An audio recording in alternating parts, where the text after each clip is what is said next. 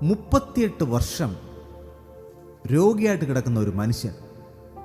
ആ മനുഷ്യൻ്റെ അടുക്കൽ പോയിട്ട് കർത്താവ് ചോദിച്ചു, നിനക്ക് സൗഖ്യമാകാൻ മനസ്സുണ്ടോ?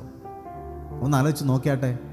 നമ്മുടെ തൊട്ടടുത്തുള്ള നമ്മുടെ അയൽവാസി കുറേ ദിവസമായിട്ട് ആശുപത്രിയിൽ കിടക്കുവാണ്, ഹോസ്പിറ്റലിൽ ICU യൂണിറ്റിനകത്ത് കിടക്കുവാണ്.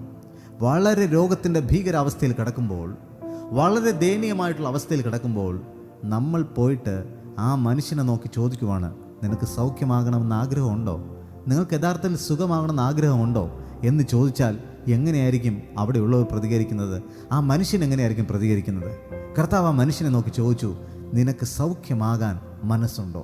മറ്റു ചില സ്ഥലങ്ങളിൽ ചോദിച്ചു, നിനക്ക് ഞാൻ എന്ത് ചെയ്തു തരണം? കണ്ണ് കണ്ടുകൂടാത്ത ഒരു മനുഷ്യനെ നോക്കി ചോദിച്ചു, നിനക്ക് ഞാൻ എന്ത് ചെയ്തു തരണം?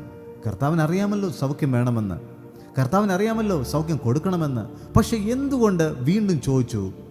ദൈവം ആഗ്രഹിക്കുന്നത്